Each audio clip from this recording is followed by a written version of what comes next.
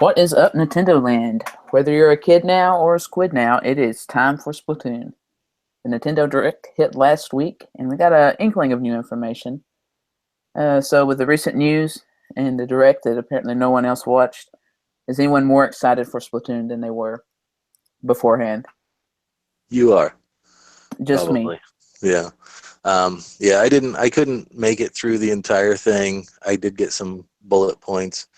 Um, I noticed one thing that seems to be upsetting is the new mode. Um, oh my, see, I don't even remember these things. I didn't absorb enough information. Um, with what's the little things crawling all over the place? The Salmon, co-op Somebody mode. knows. Somebody Salmon Run. knows. Salmon Run, Lemonade. thank you. Yeah. Yeah, so the Salmon Run apparently is, I don't even know if it's going to be in a regular rotation. They've said that it's going to be like a Splatfest where you can play it all the time, I guess, if you're playing it co-op with one of your friends in the home or wherever you may be with your Switch. But to play it online, it's going to be like a Splatfest where it'll just be every now and then it'll be a thing. So I don't know if that means it'll be in rotation like tower control and stuff like that was. Um, There's I been thought that was No, interesting. there's a timetable for it in one of the. I don't know if it was in the Direct or just posted elsewhere.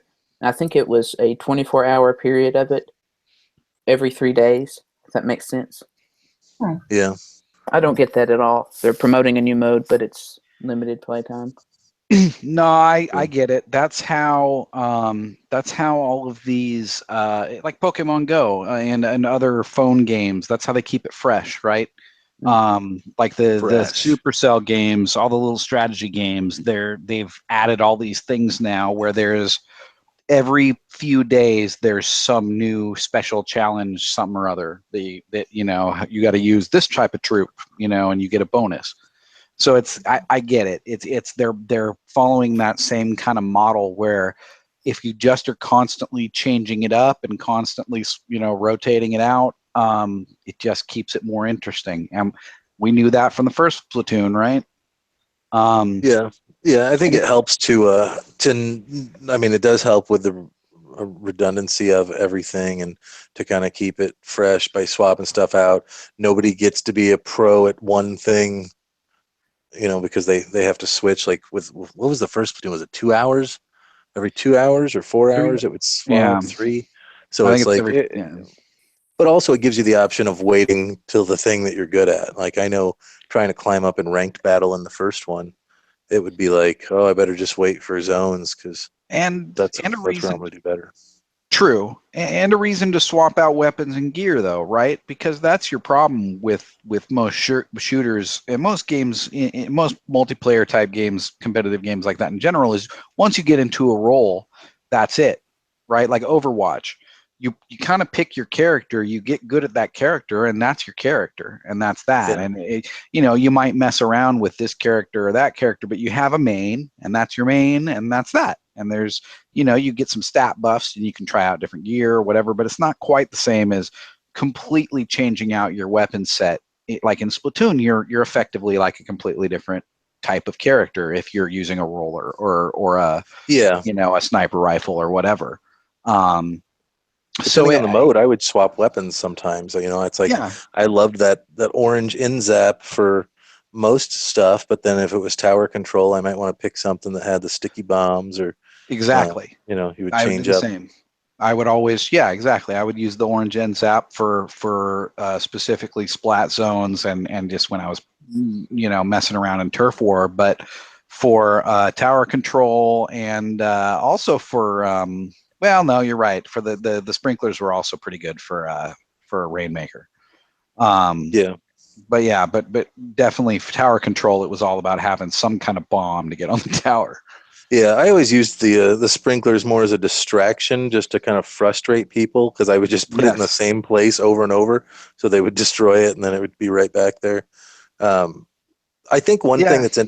that'll be nice for this one about Splatoon 2 for people who played a lot of the first one is because they are changing some of the weapons and the sub weapons. It looks like are all changed, and the specials and stuff like that. Is it does level the playing field to a certain degree, Although those squids are going to get eaten up by people who spent the amount of time that we did, at least at first, just with tactics of hiding in ink and climbing up walls and popping out of stuff. Like there's certain mechanics of it that we know and we know to look for that other people are just going to be like, you can do that. Well, presumably there will be matchmaking that figures it out beyond just level, because otherwise, it's not going to be any fun for people that are coming in new and Yeah, I competing think they've said against. there's going to be improved matchmaking, but they've said that before about the first one. Yeah, that's true. But I totally I like it. The way they rotate stuff out, it lets them do more with less, right? It feels like there's a lot more stages in Splatoon than there actually are when you haven't played one in 2 weeks or whatever, right? Yeah, Right. yeah, or you'll see one and be like, oh, I forgot about that one. Yeah, I haven't played this one in forever. Or not only that, I haven't played this mode on this map in maybe months, right? Because the way they do that with the rotation. Whereas when we like Steel Diver, it was the same basic premise, but it's like it was just a randomized map. Yeah, I think there were only 5 or 6 anyway, but like they got pretty old pretty quick when when you could just rotate through them all randomly. You know what I mean? Yeah. There was One no theme to it. one thing that's really nice about Splatoon is that, like with Steel Diver, some people would just lay on the bottom and just stay there the whole game or hide there the whole game. There's not really anywhere to hide in Splatoon. Like they've designed it in a way where, unless you just kind of stay on the base, I guess. But for the Which you most, can. yeah, which I guess you can. But for the most part, people sometimes do. yeah, I think Right? those people just. I used to call those people the zeros. At the end of the match, you'd get all your scores, and there would just be one person that was a zero who either dropped out or did nothing all Well, game. yeah, but that's why they changed the mechanics of that, right? Because you still used to get 2 points for completing the match, win or loss. Yeah. And I think now, right, isn't it? They changed it so now it's based on your actual ink covered. Oh yeah. You don't get the points unless you cover a requisite amount of ink. So that kind of took some of that away a little bit, but you would still get, you'd get people that would be sharks, or they would be right. They would be they'd basically be playing with a group of friends, and they'd be on the off team, so they would like purposely sabotage you. Yeah. That happened to me a few times. Yeah. Yeah, that sucks. One thing I did like that I wish Splatoon would have done, um, and it would be so easy to do that they did in Steel Divers. If for some reason you ended up in a match where you were not on even teams, like it was a 3-on-4 or whatever, they would up your kind of hit points of what it took to kill you, and make you stronger basically because you were short-handed. And I so many times in Splatoon was like, I wish they would just do that, of make some kind of mechanic, either give you a certain ink percentage that you can never go below, or do something to kind of handicap the other people if they've got more players than you. Yeah, there was supposed to be that thing, right, where it would autofill your special charge if you were lower than the other team, but that didn't increase the rate. Oh, that's right. It would I didn't even increase know the that. rate that your bar would fill up, but it's such a minor. Like, yeah, okay, I got an extra ink strike off. That's not really worth taking 3 versus 4 usually. When you Right? got late in the game, I mean, if you were missing a player, you were pinned into your base, basically. It doesn't matter if you had a faster charge on your special or not. You're just Yeah, pretty much towards locked the down. end. Yeah. With rare exceptions, yeah. But Yeah, once you got mostly. to a certain level, yeah, you're right. Yeah, well, towards the end too, when I'm sure if you go on Splatoon now, the only people that are playing are probably people that are pretty good at it. Yeah. So it's like, yeah, that stuff happens where you could probably even be 4-on-4 and sometimes still get trapped in your own end. But yeah, that's pretty frustrating. But I'll be interested to see how it works out. And like I said, it's a whole new group of players out there who will be experiencing it for the first time. So I expect it to be well received, but I think it's going to be kind of more of the same for us. And Okay. again, Sorry, go ahead. Go ahead. I was just going to say, I think that's my biggest fear for Splatoon 2 is that I'm going to play it for a month and it's going to be like I'm just playing Splatoon 1 again.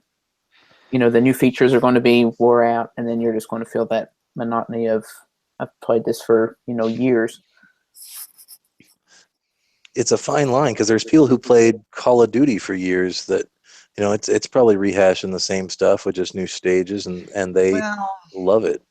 Yeah, but there's a much bigger, deeper kind of environment in Call of Duty, and I don't just mean like the technical capabilities of the hardware.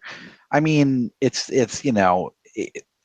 so some of them are historical, military, and you know what I mean. There's really kind of a lot more. Splatoon's a very like stand on its own, one shot, even though they're making a sequel. But I think that is what it is. As it was built, it was kind of just this one shot thing, and there's just not that kind of depth to it that there would be to like a semi-realistic military shooter, mission based kind of thing. So you know what I mean? I could see somebody getting way more. Like I have friends that Arma 3 is something similar on Steam. That's one of those, detailed military shooter games. And I have friends that have 600 plus hours into it or whatever. So I could see that. Now, granted, how many hours? We probably have that many hours in Splatoon, though, don't we? I got over 3. I probably got like 350. You guys have to have more than me. Oh yeah, I'm sure. Yeah. We probably have at least that playing together, right? You would think, yeah. I mean, we played. For people that don't know, we kind of started out just as a group of Miiverse people that played Splatoon together. We met in a lot of us met in Steel Diver and brought friends from Animal Crossing and other places, and just kind of would get together every week and as a reason to get together and play some Splatoon, and it was a good fun time. But yeah, we definitely played a lot of it. And we weren't bad. We weren't great, but we were pretty good. Yeah, we had fun. We were There not were terrible. good nights and bad nights. Yeah, we're not professionals necessarily, but Like if we were a soccer team, we would be a local, like a good local team. yeah, We would by no means be professional, $1 million salary. It seems like the only time we really got blown out was when I would drop. When the internet drops, that's the biggest true. problem. That's true. It really, I think you're right. We could blame most of our spectacular failures on well, just network problems. It wasn't always you. It always seemed to be somebody different at different times. it never made sense because it's like it might be your week this week, but next week you'll be fine, and somebody else's can't. Yeah. They must By be the way, doing maintenance on the fiber in this part of the country or something. Go ahead, I just checked my Splatoon playtime for Wii U, and well, of course for Wii U, and I've got 551 hours into it, but that's also on my main account. Yes. Because yeah, well, I don't know if we should get into that or not, but I've got an alternate account. I'm not afraid to say it, and we all maybe do. I did a little, yeah. Because you want to try out different specs and whatever. Yeah, you don't want to lose your rank. And sometimes it feels good to chew on some noobs. Sorry, go ahead, Jay. I was just saying it was good for multiplayer. Smurfing. That's right. And not the meth kind.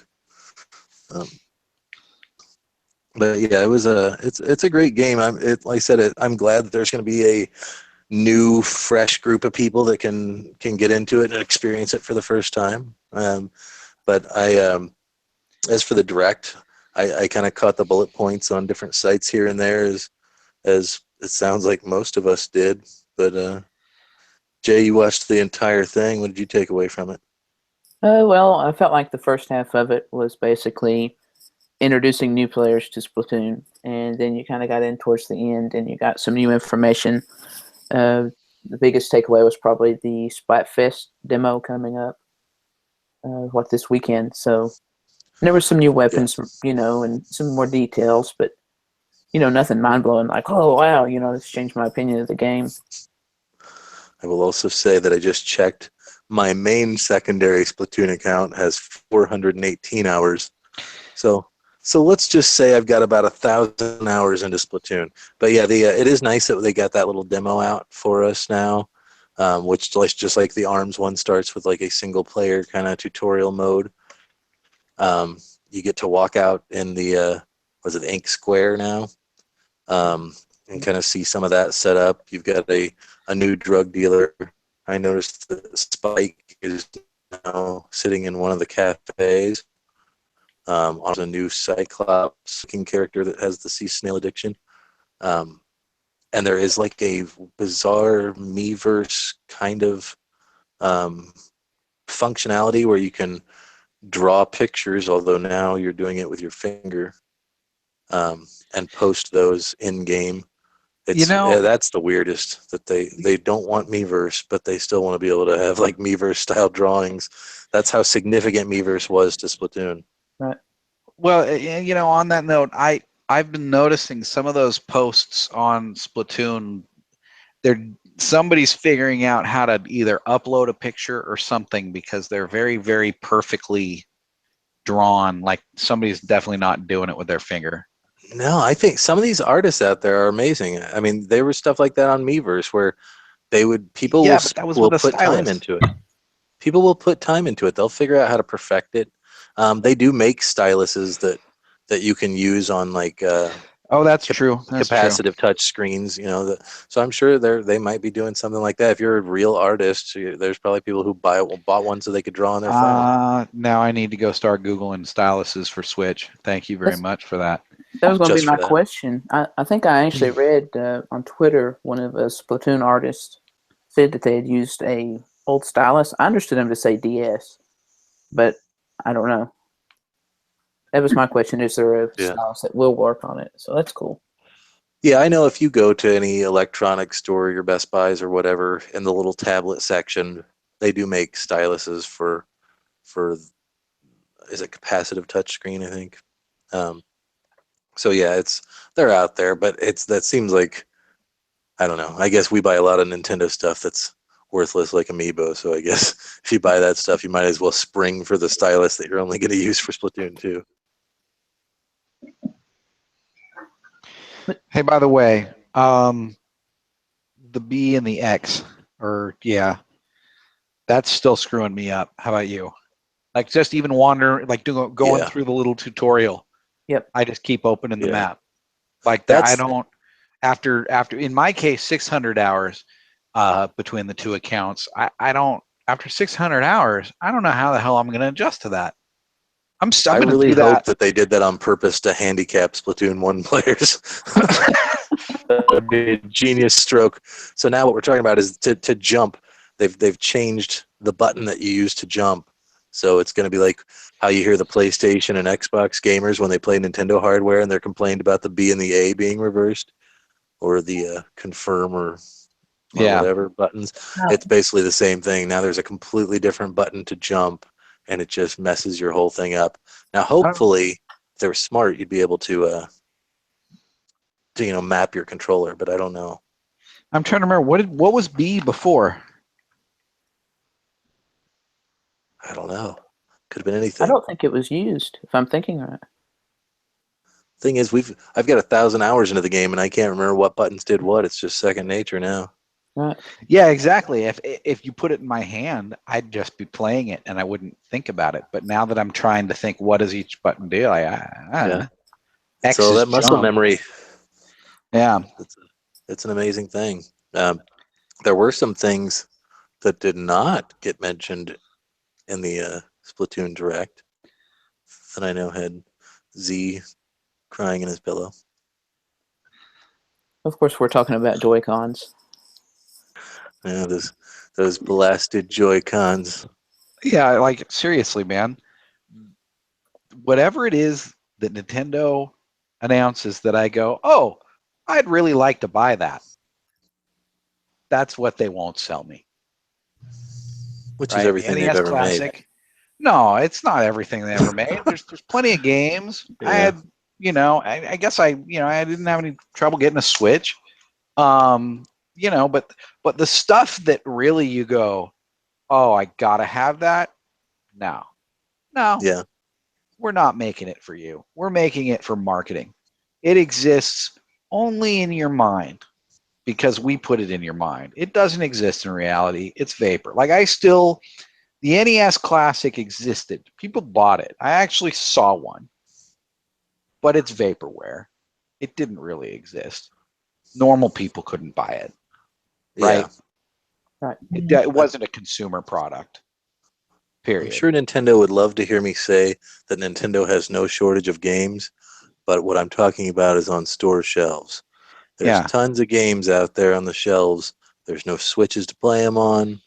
There's no Mm-hmm. Amiibo to play in conjunction with them.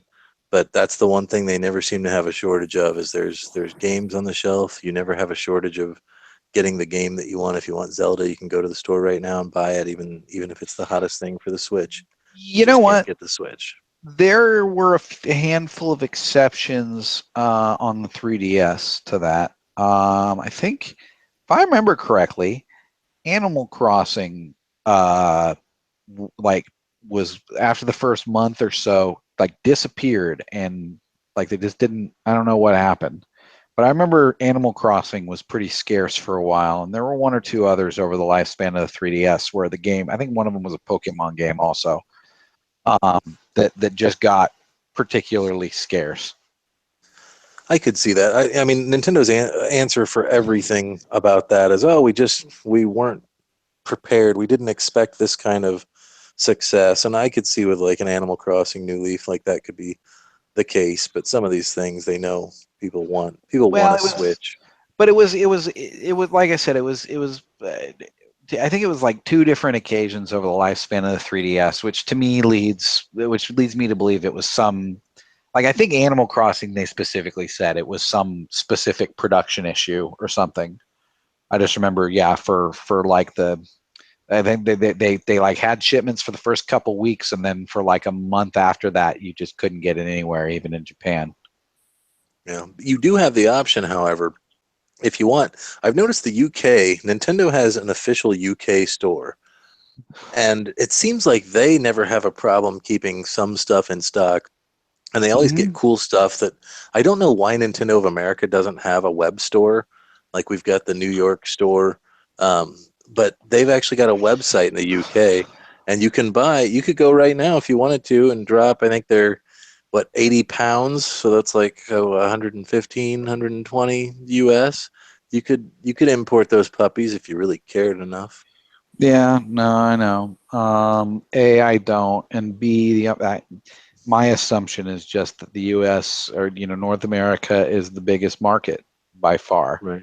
right? So it's just certain things they're willing to do on a smaller scale.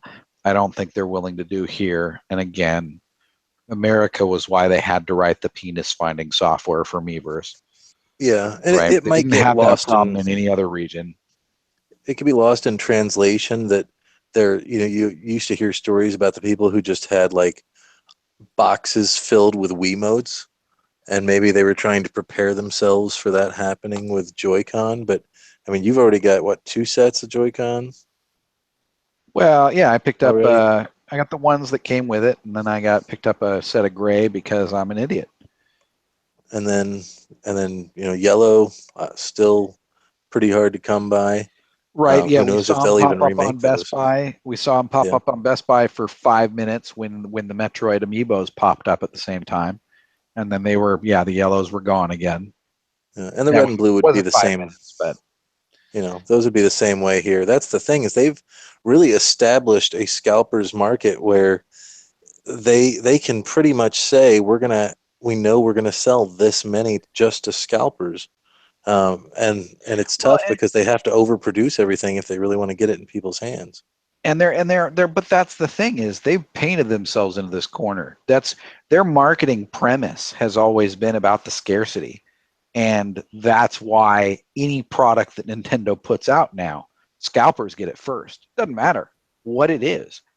All right, your typical scalper is just on the lookout now for any Nintendo product, period, that's got any buzz to it at all that they think anybody will buy.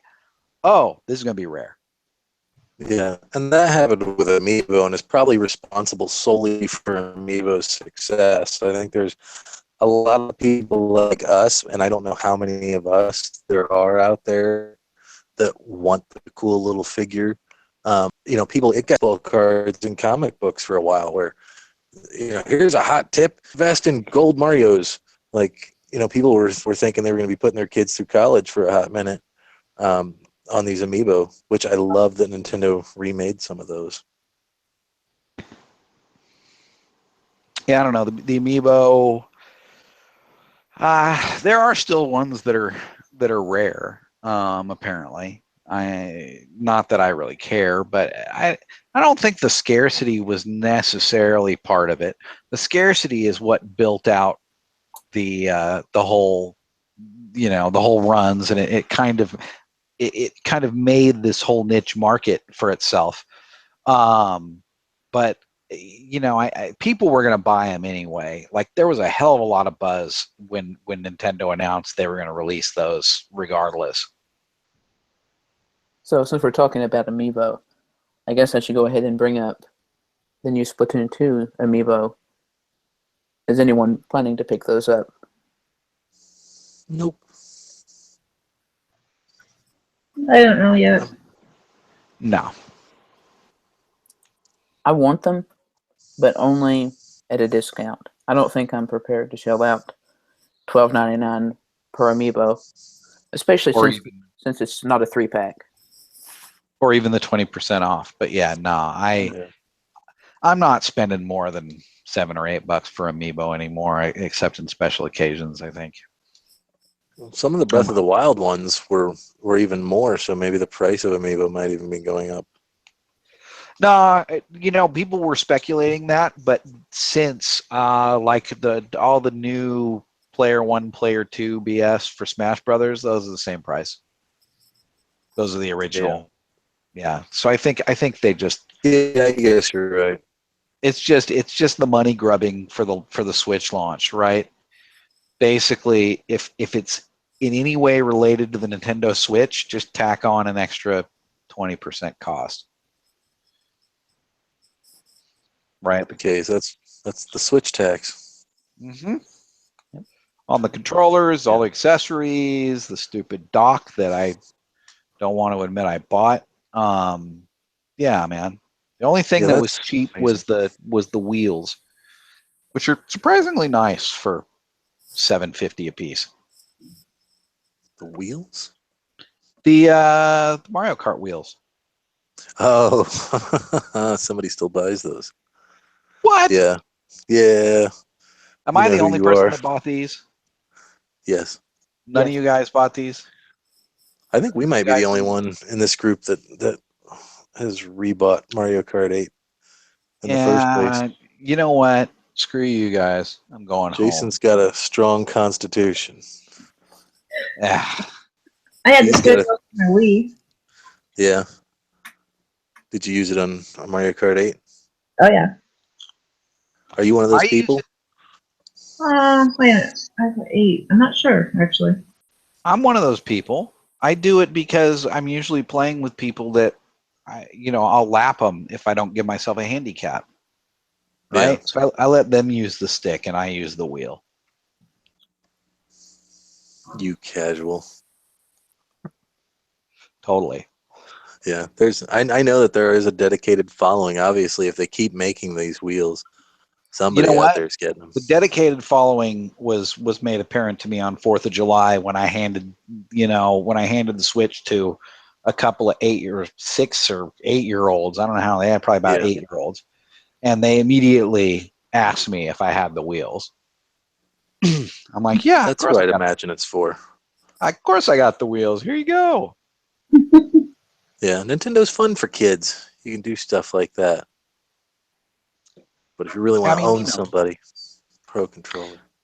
As an adult, with at a party with children, I am I am everybody's hero, or at least all the parents, because I can keep the kids occupied for most of the party, so they're not bothering the parents. Here you go, sit them in the corner, Yeah. set up the Switch, hand them a couple controllers. 4 kids locked in. They didn't move for 3 hours, basically till the party was over. Like, you know, as a parent, as a future parent, I would be very happy with that. Yeah, yeah, it's cool to give them a chance. Like I said, I felt bad. I took my Switch to one of my nephew's like graduation parties. I think this was an 8th grade graduation, and I had it in the car. It was before it was too hot, and I ended up never telling them that I had it with me and never took it out of the trunk. And I was like, they'd probably be mad if they knew that I had it in my possession, the hot new thing, because this was probably in April or so. I'm a stinge bag. It's still kind of the hot new thing. People still, occasionally are like, whoa, is that a Switch? Like, I've never seen one of those. That's good for Nintendo. Like you said, Christmas time is going to be the time to put up or shut up, man. They better have some stock on shelves. Maybe we'll get. I keep thinking they got to do a bundle. Is Japan's confirmed for a Splatoon 2 bundle, right? And yes, And a and I box. believe the UK as well. Because if I'm Yeah. not mistaken, Japan has the alternate colored controllers in the box, There's a and pack in. Yeah. the UK does not. Yeah. Yeah. They have neon Joy-Cons, if I'm remembering correctly. I would imagine that, like everything Nintendo does, it's in short supply. So maybe at some point they'll throw us a bone and put those sweet Joy-Con out here. But it is, like I said, you can't even get blue and red Joy-Con right now. Like, all you can get is gray, and I'm starting to think that's because those are the ones that nobody wants. No, I think those are the ones that they've mass produced. And by design, they're the ones nobody wants, right? I think Nintendo's like, we'll have plenty of these. Some people will just give up and buy these, but other people will continue to hunt for the colored ones. Same Right. thing with the amiibo or whatever. They know some people are just going to give up and buy. Like, it's the same thing with the launch of the Switch itself. They didn't. I don't think they necessarily had to release. I think the numbers were there were like 3 times or 4 times as many of the gray ones at launch as there were of the red and blue. So of course the red and blue immediately sold out on the sites, and all that was left was gray. I mean, even that I think was. I don't think they were trying to gauge how many people, or maybe they were, but they purposely undershot it. You know what I mean? They knew people were going to buy it and just say, screw it, I'll get the gray one. They knew people would do that.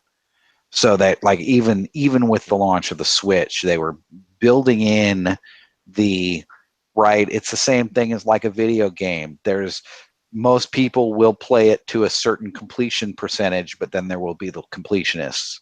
So that's what they're going for, is the people that just have to have the special one, right? And potentially there's parts shortages from them having to fix all those left Joy-Con. Maybe but there should be. Well, I don't know. I would say there'd be a shortage of the grays, but you know what? For quite a while, I didn't even see any grays in the stores. Right. Then again, all they did was added foam, right? So that didn't even really require anything but foam. Well, apparently the new repaired ones are manufactured differently. Are actually really repaired. Well, no, I mean, I guess the whatever it is that, because I saw on some site and they took it apart. Basically, if you sent yours in to get it repaired, they added foam. They added the conductive foam to it, and that solved the issue, which I can vouch for. It's probably the best working Joy-Con I've got now. But the ones that were manufactured after initial launch, they don't have that foam. They just were somehow manufactured differently, so they don't need it, apparently. They probably actually soldered something properly on it. That wasn't soldered properly before, or they shielded something a different way that wasn't shielded before. Yeah, exactly. That could be why Joy-Cons are in such hot demand. Maybe that's why everyone wants the yellow or something like that. Is because they know they're actually fixed and working. Here's the thing about it is, on those rare occasions when it really isn't Nintendo's fault, who's going to believe them? Yeah. Yeah, I tend to just blame Nintendo for everything. I think that's fair Well, enough. it's fair enough because they've cried wolf enough times. I mean, you know what I mean? They've been caught enough times claiming that they have no stock, and then there's a news report from a warehouse full of stock, or whatever the case may be. They've been caught over the years on this. So it's like, no, I don't buy it. If you say it's your supplier, I don't buy it anymore. You no longer get the benefit of the doubt from me. Your supplier has to speak up and say, yeah, no, we're not shipping them the parts. I bet you they're going to have plenty of copies of Splatoon 2 on the shelves, just like there's plenty of Of copies of course. ARMS. Mm-hmm. And I also wonder, with ARMS being that thing that they were trying to pump as the new, you know, like it probably really hurt the sales of ARMS to not have Switches laying around. Like Oh, it would have to. yeah, I mean that can make a big thing when you're trying to launch a brand new first party title and then And you don't I have think hardware to play it on. Arms's moment has already passed. Um, I don't like the buzz has moved on, right, to Splatoon.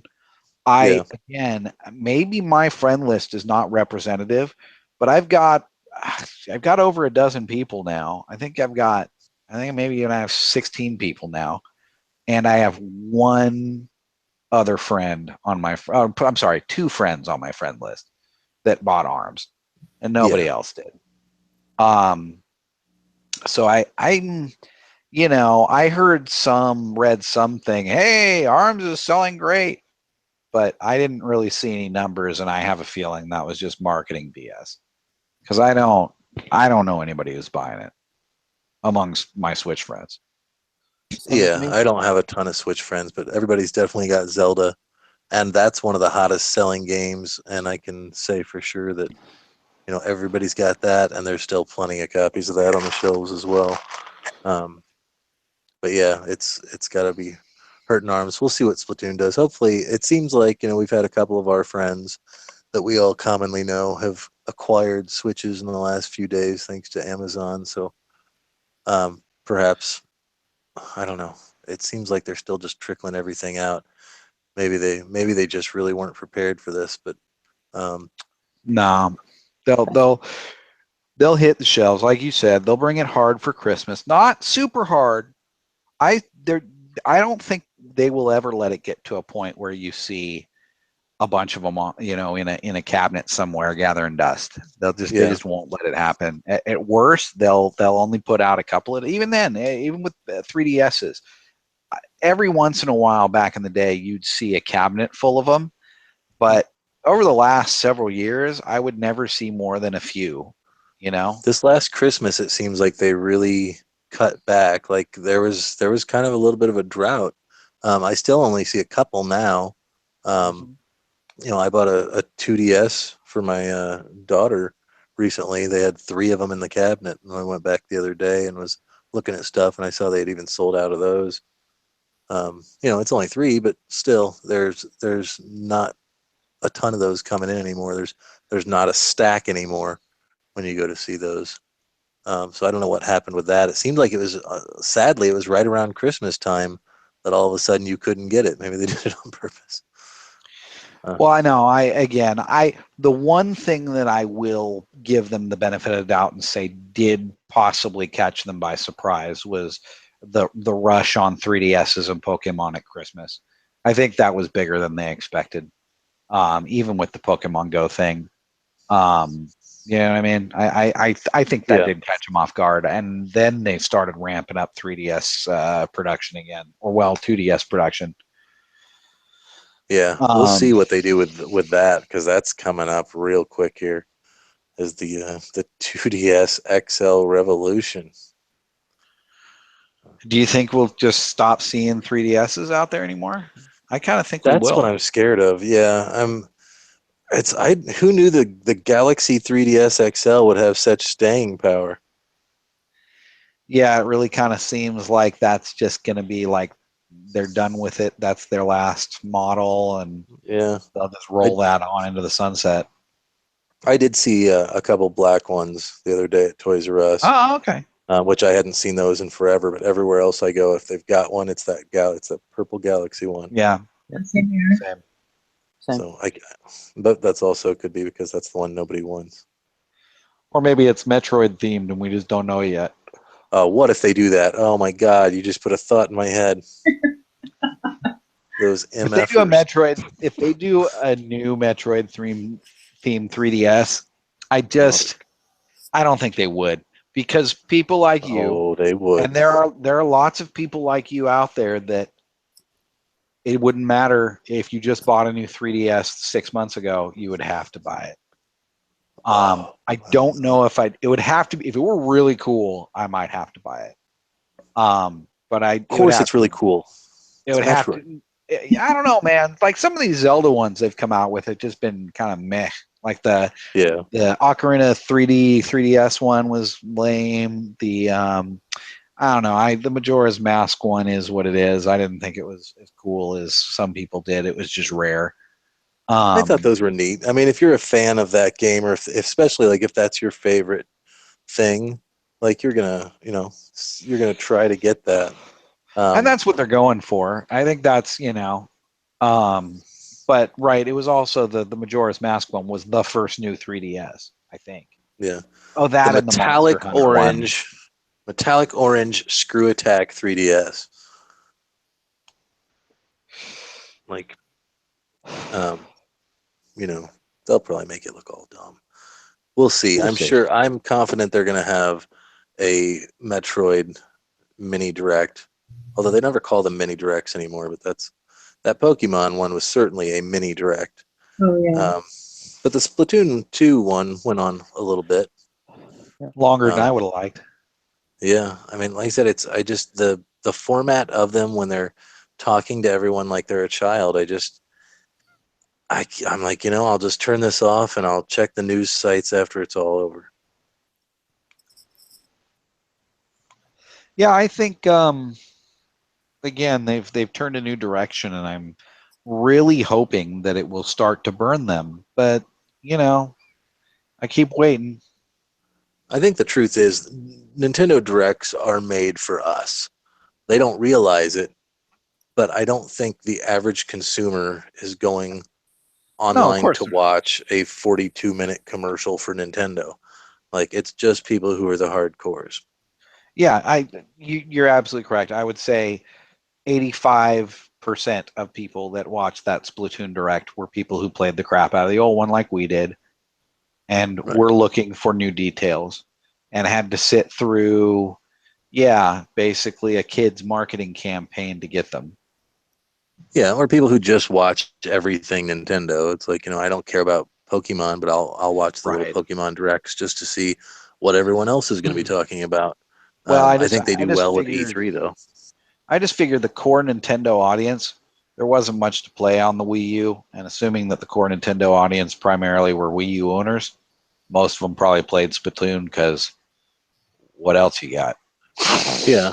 Well, yeah, it's like if you had a Wii U, you definitely played Mario Kart 8, you definitely played Splatoon, you probably definitely played Super Mario 3D World. Wind Waker. Yeah. What was the one Max mentioned? Wind Waker. Oh, Wind Waker. I played about 20 Gem? minutes of Wind Waker. I would love to. I wouldn't mind them doing that. They should just make the HD series kind of a thing. I mean, they've so far only really done it with Zelda, right? To do the HD remakes, but they could start doing that. Like I said, I know I mentioned they did something besides Zelda, or am I crazy? Maybe you're right. They haven't done an HD remake of Wind anything Waker but Twilight and Wind Waker. Princess. Yeah. Unless you call Mario Kart 8 Deluxe or HD remake. Boom, boom. Kind of. Kind of can. Yeah. I mean, that's like I said. I'm just gonna call it the Wii U virtual console games on Switch. Like, there's got to be more coming. But there's a lot of titles that they could do. I'd even like to see them pull some stuff out of GameCube. I know I mentioned an episode or two ago, I would love to see the Star Wars Rogue Squadron as an HD. That would be amazing. I'd like to see Sega release Super Monkey Ball 2 on the virtual console. That's what I want. There is a 3DS version of Monkey Ball out there. I'm sure they'll do it at some point. That's a game they could just spit out anytime. You know what? I think the Wii U was the first Nintendo console in a while that didn't launch with a Monkey Ball game. Yeah. They launched one with Wii. They launched one with 3DS. They had maybe they didn't. No, they didn't launch one with DS, but they had one on the DS, I think. Yeah, Touch and Roll, I think was the DS one. Yeah, man, that was, and even the later ones. I mean, the quality definitely dropped off, and the real problem was the mini games in the later Monkey Balls. Right, the core game was all right; it was pretty much the same, but all the little side games just got crappier and crappier with each revision. Yeah, it just seemed like Marble Madness to me. I was like, hey, It they was. remade Marble Madness, kind of. Speaking Yeah, of Sega, which I played the crap out of. I loved Marble Madness, so it totally was up my alley. Speaking of Sega, Mo, I saw that they said Sonic Mania is going to determine the future of Sonic games, depending on how well it's received. So I wonder what that means. Um, I know that game, that's one of those games where you can buy it for what, 70, $60 with a statue and a coin and blah blah blah and a digital download copy, or you can just buy the game when it comes out for $15, I think. But they're giving people back the 2D Sonic that they wanted, although there is a new 3D Sonic game coming as well. But I did see a little blurb about that, which I thought was interesting. I guess maybe they're trying to figure out if there's still life left in 2D Sonic or not. There's certainly there's not much been. life in 3D Sonic. I was gonna say there's been a good 3D Sonic game before, right? I think some people even like Colors. I think was that Wii. Yeah, you're right. There's a handful out there that people thought were pretty good, but it just 3D Sonic came along like it seemed like it was still Sega trying to be the answer to Mario. So it seemed like Yeah. 3D Sonic came along as the answer to Super Mario. Um, you know, I don't know. It's Nintendo never quite 64, found its place. 64 and PlayStation 1 kind of ushered in that era of the awkward 3D game, and people were just like, this is what games are now, and everything had to be that weird Yeah, you're view right. 3D. And some just pulled it off, and some never did. And I never felt like Sonic ever quite did. I just thought Yeah. like Generations was a pretty good one, but again, it's punctuated by moments of brilliance. But to me, the majority of the game is still just not. You know what I mean? It's got some great parts to it, but the rest of it's just kind of mundane grinding. It feels like. Yeah. And speaking of HD remakes, we never got the Mario Sunshine that people have been wanting forever. I mean, not me, but I there's would be people out there. surprised if that didn't show up. Well, we'll see, because there was always the talk of GameCube games on Wii U, and I don't remember if there was a reason for that or if people were just speculating. I think they were speculating because of Wind Waker. I think Yeah. when Wind Waker came out, that's when people started speculating. I thought the Sunshine thing was more than just a rumor, though. I thought. No, I think people were just rumoring on it. But now Yeah. that the Switch is here, um, I guess it's now would be a good time to do something like that. Although there has been some Odyssey. recent talk that kind of makes people question whether or not Nintendo's even going to do a virtual console or if it will be the same thing. It's starting to sound like they're really trying to pull the rug out from people who've already bought stuff, is what it sounds like to me. Well, I don't Sounds know if like it's they're even really that. trying to warm us up for It, that. it could be going the way where to get the older games, you have to buy whatever hardware, NES Classic, Super NES Classic. That might be the only way they want to sell you those games for some reason. Yeah, Reggie had said something. I wish I had the quote right now, but he That had was the said something impression they about, gave. yeah, he basically was like, hey, nobody ever said the words virtual console. So it seems like maybe they're still not sure what they're doing with that yet. I guess we'll see and complain about it when it happens. Well, they That's kind of gotta. I think they want to figure out a new way to sell us the same games again because they know we won't just buy them again. But we will. Sorry, I think I interrupted Jason. I was just going to say, talking about earlier, we were talking about Nintendo based on kind of what we buy and what we do. They think that's what we want. And there was so much buzz about the Classic Edition. I could just see people, sitting in a boardroom saying, hey, this is what people want. They don't want a virtual console anymore. Right. They want mini hardware. Yeah. That we're not going to put back out. Right. See, again, here's the thing about this is, on the one hand, what they're saying is they are totally giving that impression, like this is how the virtual console is going to be from now on. But on the other hand, they obviously they can't be doing that, or they would be selling them. They wouldn't, you know what I mean? They wouldn't be dangling them in front of people's noses and saying, sorry, you can't buy it. Right. Well, I always saw those as an advertisement for the virtual console. Exactly. Yeah. And I still think that's probably the case, whatever they may be saying now.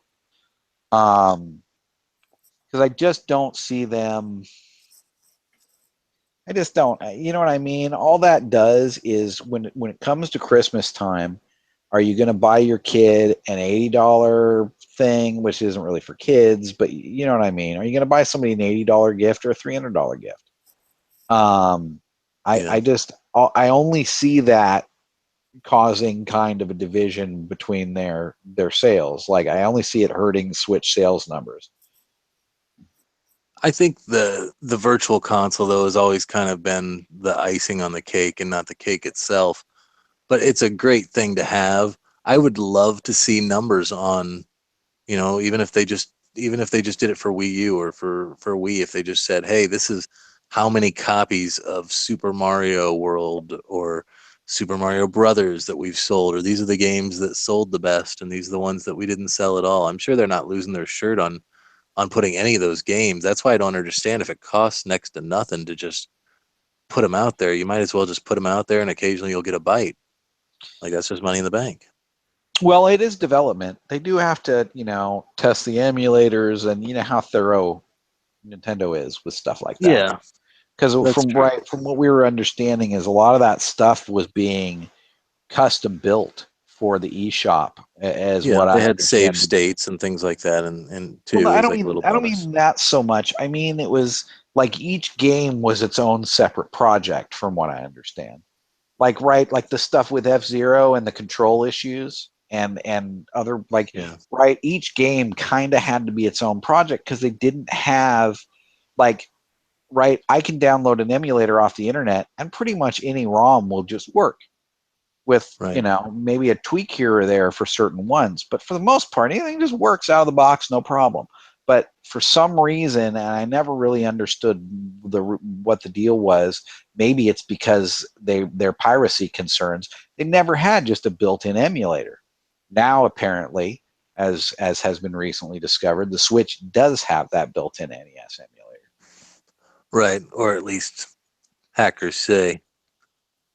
And, hackers say, and I assume it's there, and it makes sense for it to be there. But Nintendo also has to know that the fact that it's there means eventually people will be figuring out how to load pirate ROMs onto memory cards and play them on their Switch. Yeah, I mean, there was just a hacker update this week that they claim to have gotten the kernel to the Switch, which is basically what you need to be able to start exploiting the hardware or whatever. Yeah, but they have more people than ever, and they're just started offering rewards in the last year for people to, like, when you remember when Xbox did that years ago, they said, we'll give you whatever if you can hack the Xbox. That's they've gotten into that business. That's a pretty standard thing for most tech companies these days, it seems like. The ones allowing their content on YouTube. That's true. I mean, so yeah, Nintendo's starting to catch up. Was that was the first Xbox, right? So Nintendo has reached 2002, 2001. Yeah, no, you're absolutely right. I mean, bug bounties they've been a thing for a very long time, and it's or security flaw bounties or whatever. But it's right. Nintendo's mindset has just always been that iron fist of control on everything, like Apple, but worse. Yeah. Well, I guess the eShop numbers, if they actually had virtual console numbers, I guess you could see how much or how little piracy is really costing them. Because I'm sure there's a few stinkers out there that probably have less than 5,000 downloads in the actual virtual console games. But I would have to think for $5, most people would probably still cough it up for one of the Mario games or something like that, which is quite a hefty price for one of those games in this day and age. Um, I don't know when we're going to get details on this virtual console or how they're going to do it, but I guess time's running down. They can only really string us along for what, another 6 months? Yeah, yeah, that's what they're planning to do. Oh, I'm sure. They're really hoping that the blind faith of the consumer will carry them through Christmas. Because we've all bought this thing now with the full expectation that we will eventually have streaming services on it. We will eventually have, the kind of standard online functionality that PCs and real consoles have had for, a decade. We're, you know what I mean? We're going into this thing. At least me, I'm plunking down my money with the full expectation that that's what I'm going to get. If I don't, I'm going to be pissed. But what am I going to do? I'll be out of warranty and I won't be able to return it. And it's not like I'm going to anyway. Yeah. But it's, you know what I mean? It's like, well, that's another thing with the streaming. They haven't mentioned that share button. Well, first of all, that share button that you can take pictures on the Switch, they've said is going to be used for video at some point down the road, which I'm thinking now will be kind of maybe annoying because now when you press it, it's got to pop up like, do you want to take a picture or do you want to do video? They'll have to have some way to differentiate from that button what you're going to do. That'll add an extra step, I guess, but it'll also and cut down on accidental photos in your book. sure, but it like the other night, man, I let some kids play Mario Kart on my Switch, and I haven't even gone back to look how many. I mean, I don't know how many times they pushed the home button by accident, Yeah. but I was just hearing the screenshot button going off all night. Because when you're playing it sideways like that, It's and right little there. kids who don't know what's going on, but yeah, it's right next to your buttons. Um, so yeah, I see that. I mean, I do it sometimes, especially like Snake Pass, where you're doing like both of your hands. It's like if you've played Snake Pass, you basically have to push all the buttons at the same time in some cases, and be maneuvering both sticks. Um, so it's I've pushed the screenshot button or the home button many times playing that game, just as an adult who thinks I'm pretty dexterous.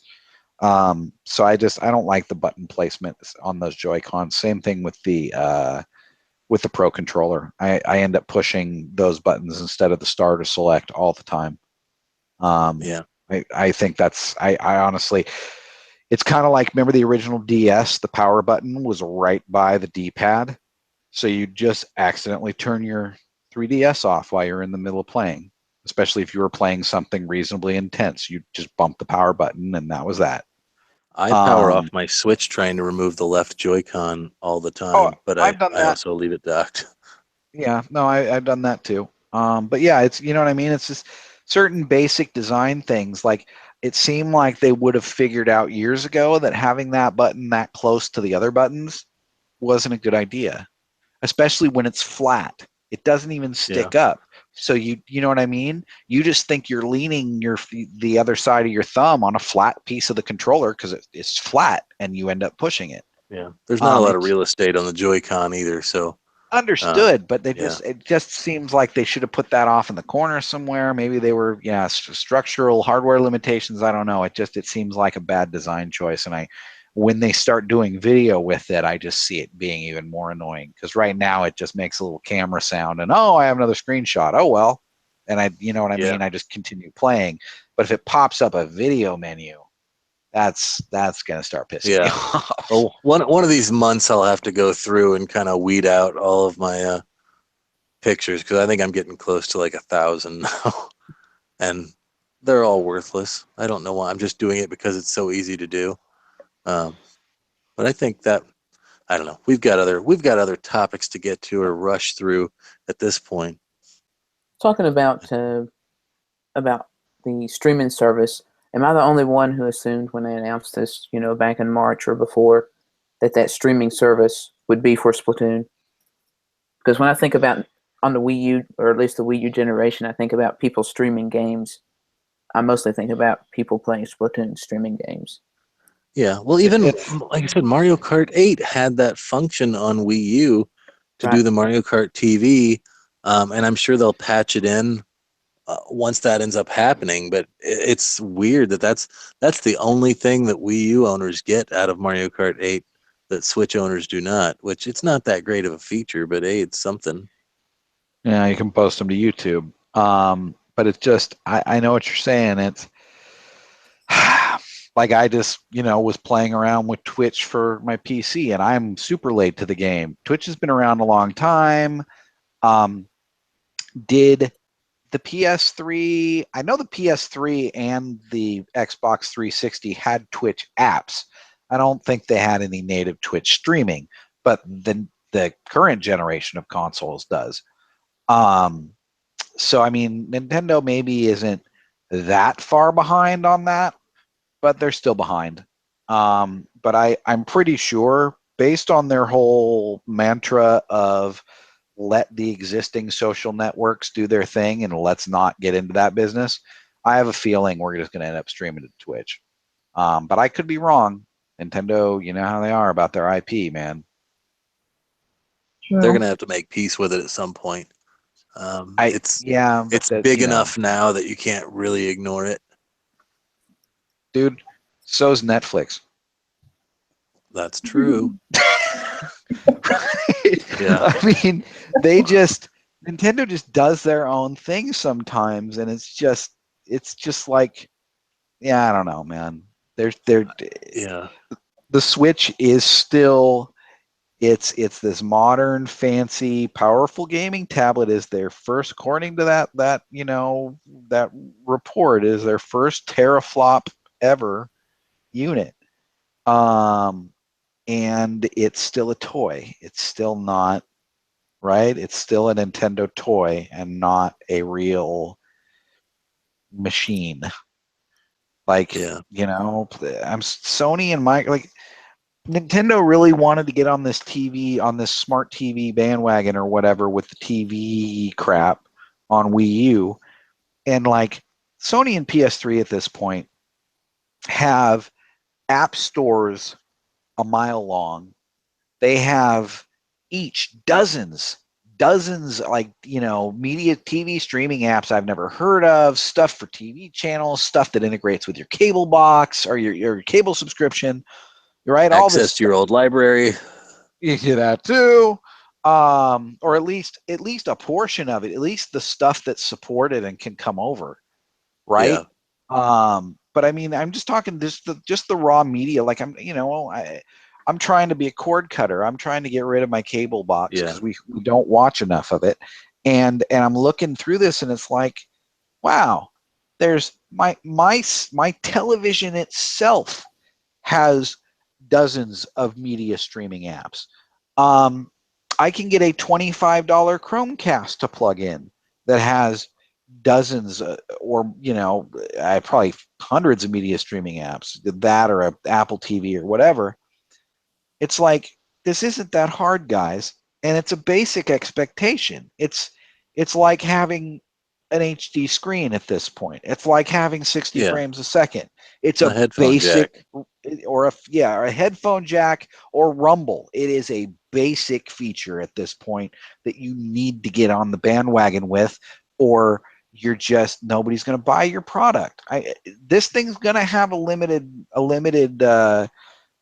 sales run if they don't do this. Like, you know what I mean? Certain hardcore gamers like us, there's certain, there's a core gaming audience that's going to buy it no matter what. But if they really want to get these casuals on board that they seem to be wooing, they've got to give them something else. And saying, well, your phone's got Netflix isn't going to cut it. It's a nice, pretty 7-inch tablet. Do something with it when I'm not playing Mario.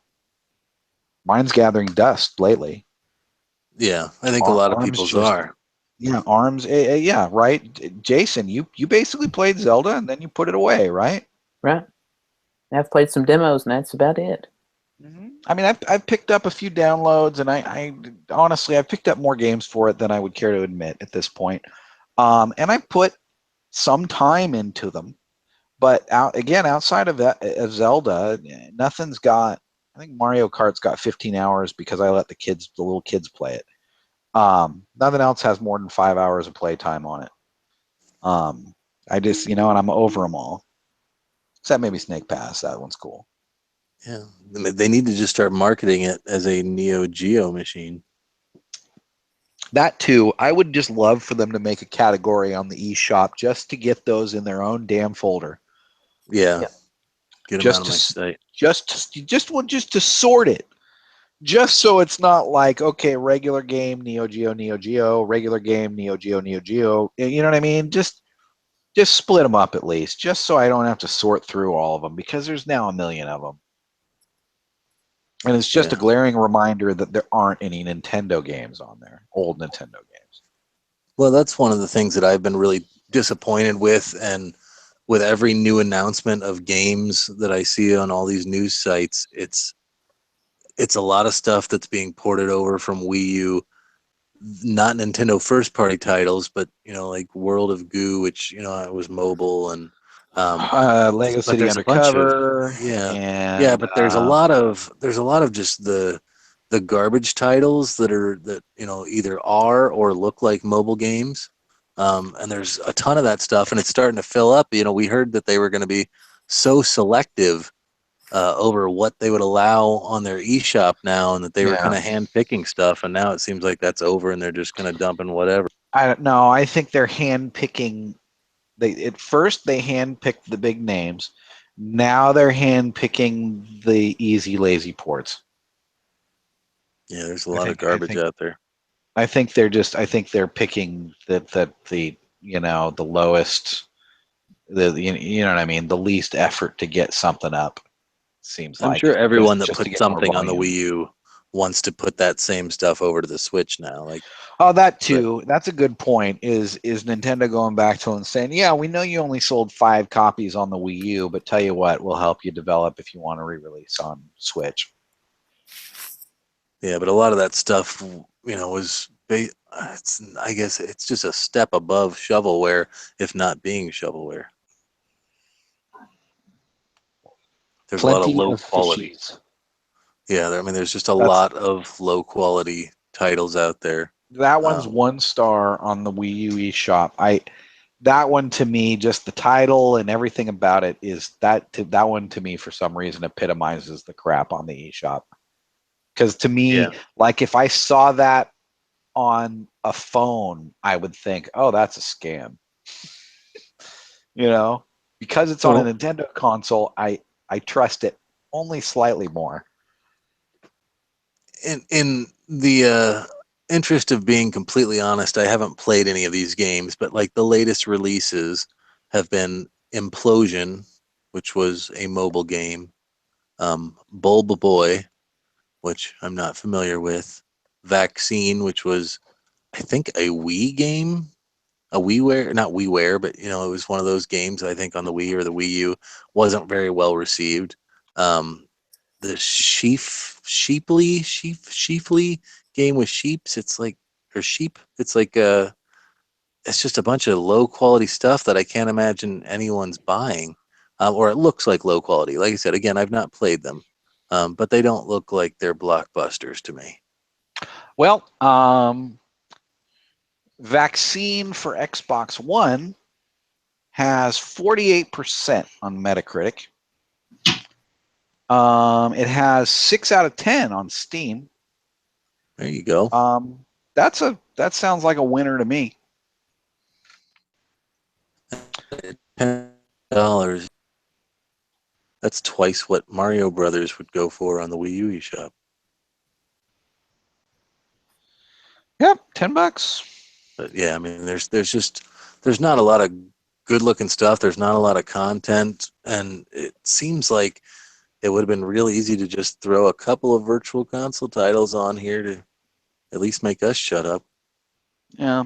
I don't know though. It's when they got the fanboy media talking about it. They talk about they. I've seen it now a couple times in articles where they throw out there's now 70 some or however many games on the eShop, and it's like, wow, there's that many, huh? They don't give any comment as to what they are or their quality. Just I've noticed a couple of the articles now just throwing out the number just to drop Yeah, it. I was thinking about that the other day. We're getting close probably to 100.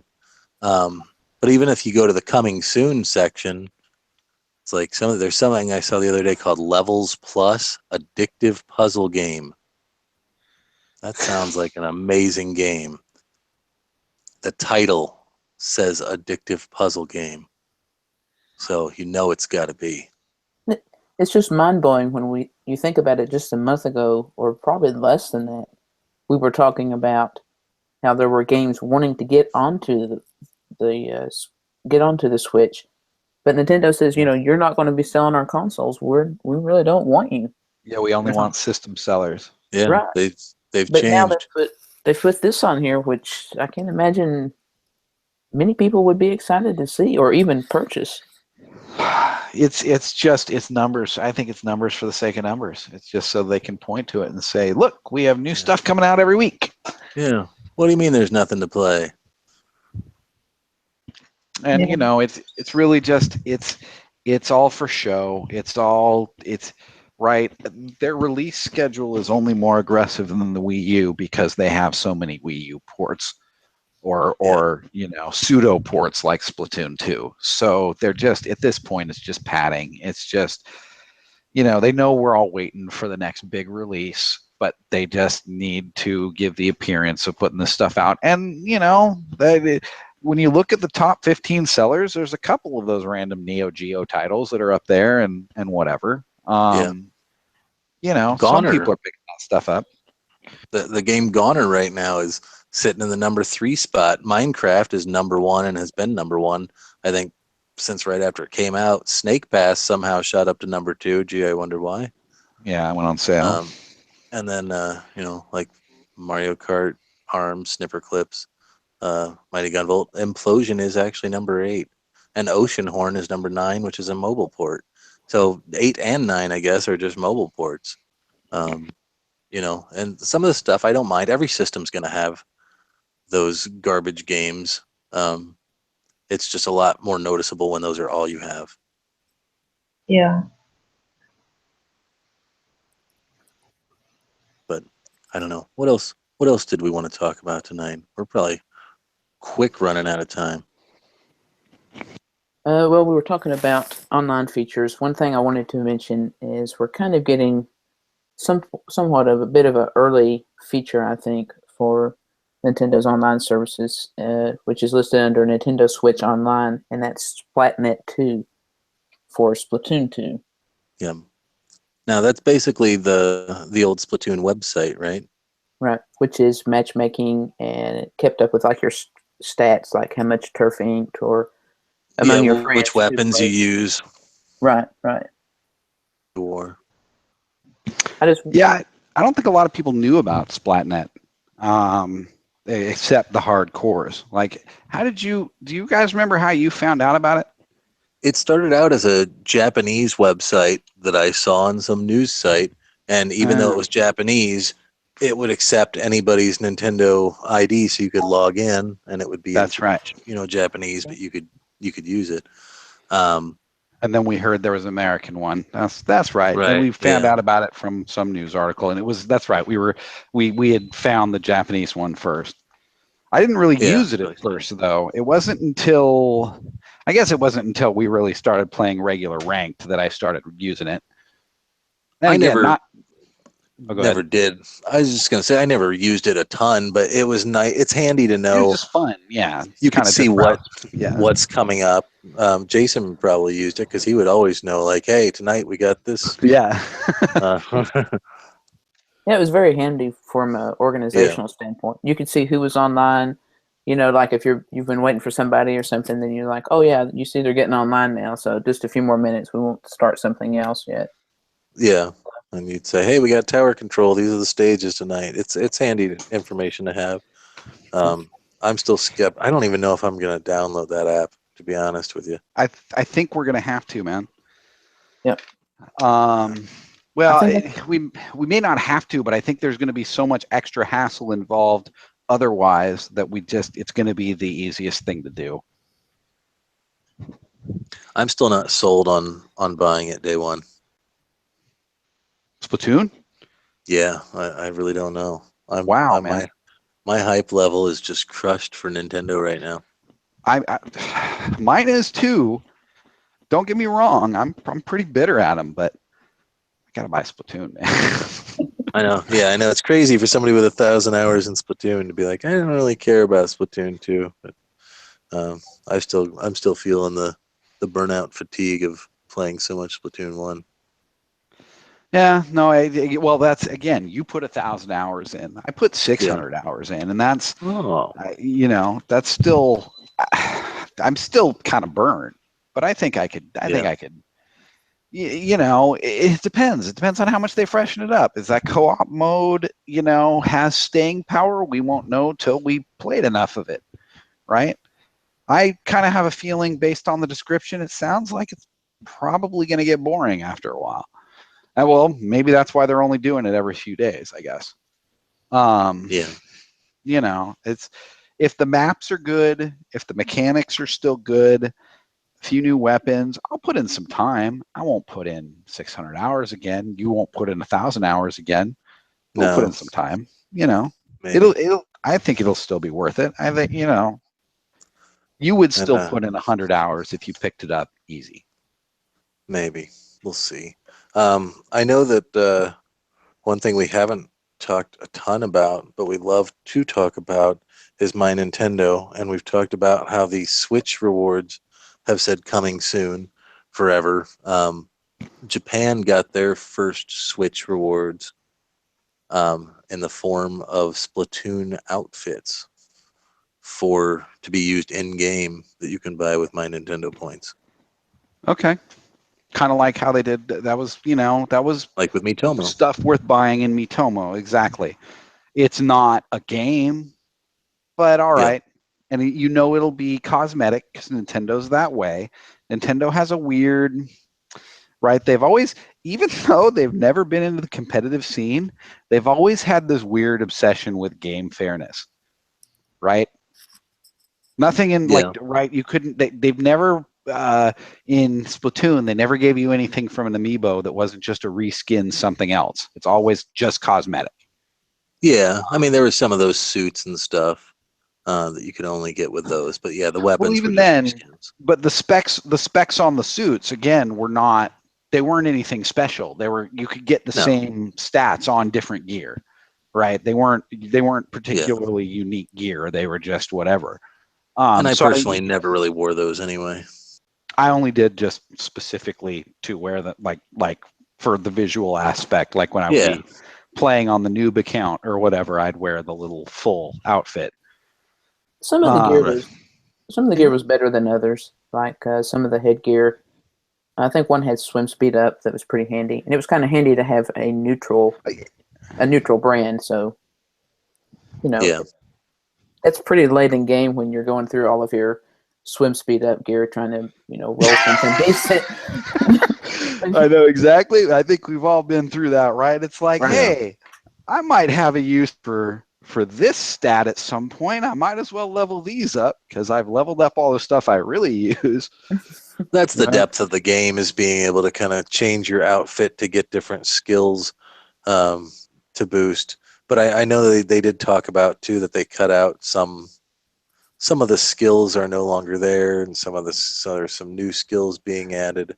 Bomb sniffer is the only one I remember D talking about off the top of my head. Damage up is gone. Yeah, damage up. That's one I use for blasters. Wait a minute. Yeah. I think that's a really basic mechanic, is the damage up and the defense up.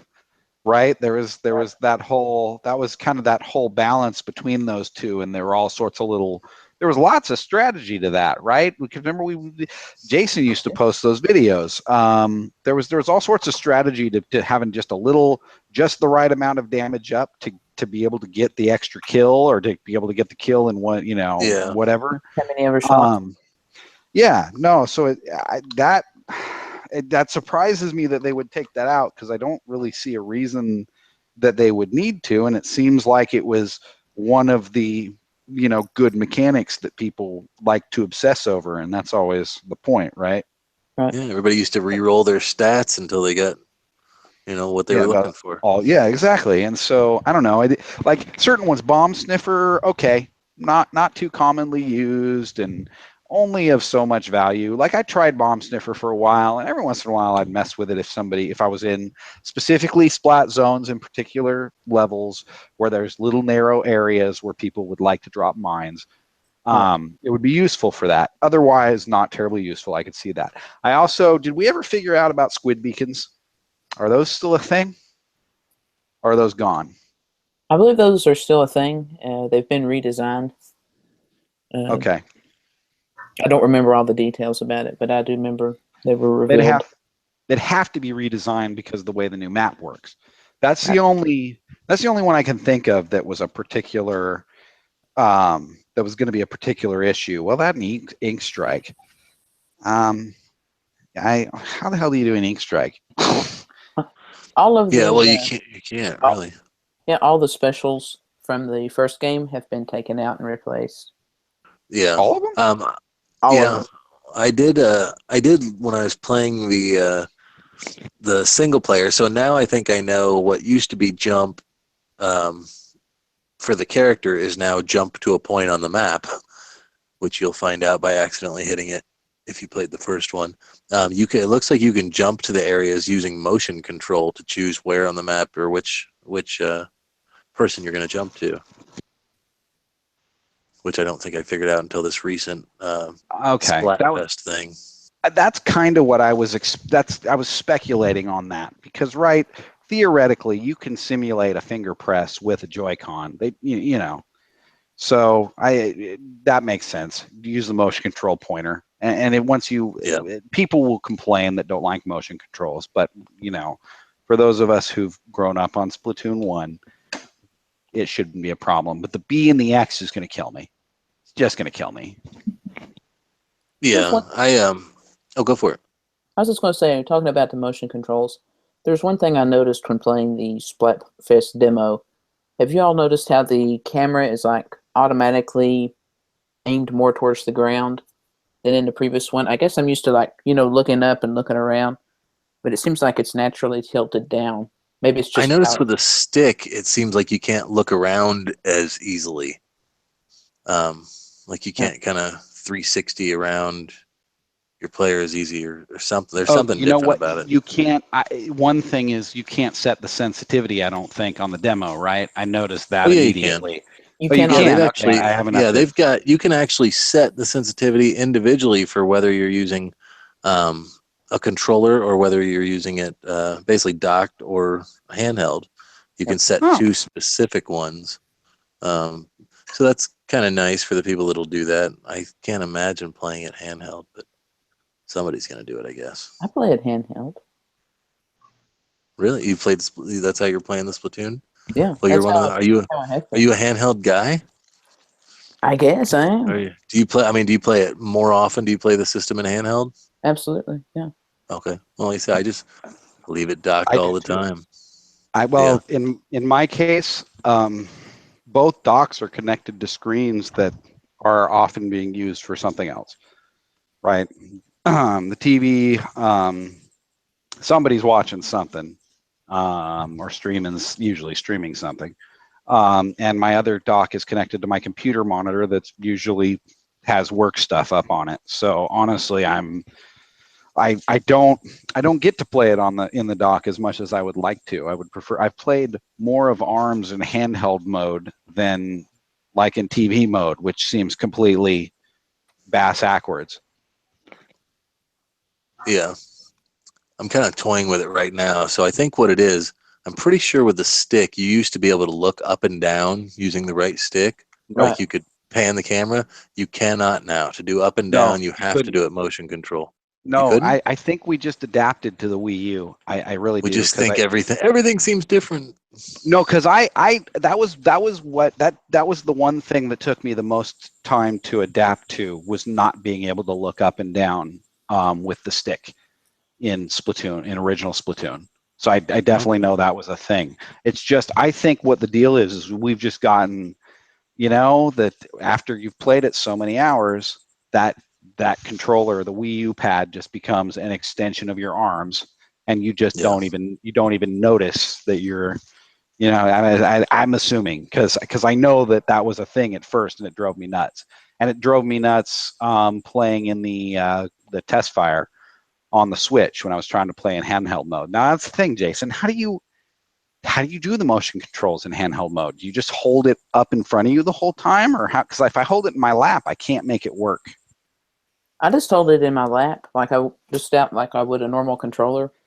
And you're able to get the motion control. Like, for me, somehow it's awkward that way. I can't, like, if I'm playing handheld, I have to stand up and hold it in front of me, is the only way I could really play the test fire in handheld mode and feel like I was not, just embarrassing myself. I mean, I just get comfortable, and you can reset it with Y, I think. And I just, set comfortably and then just press Y and it just resets, and I'm usually pretty good. Yeah, I never used the reset camera feature, so I just am not. It's not built into my head yet to do that. Maybe if I start messing with it, I'll get more comfortable in handheld. Cool. That kind of brings up another topic I wanted to talk about.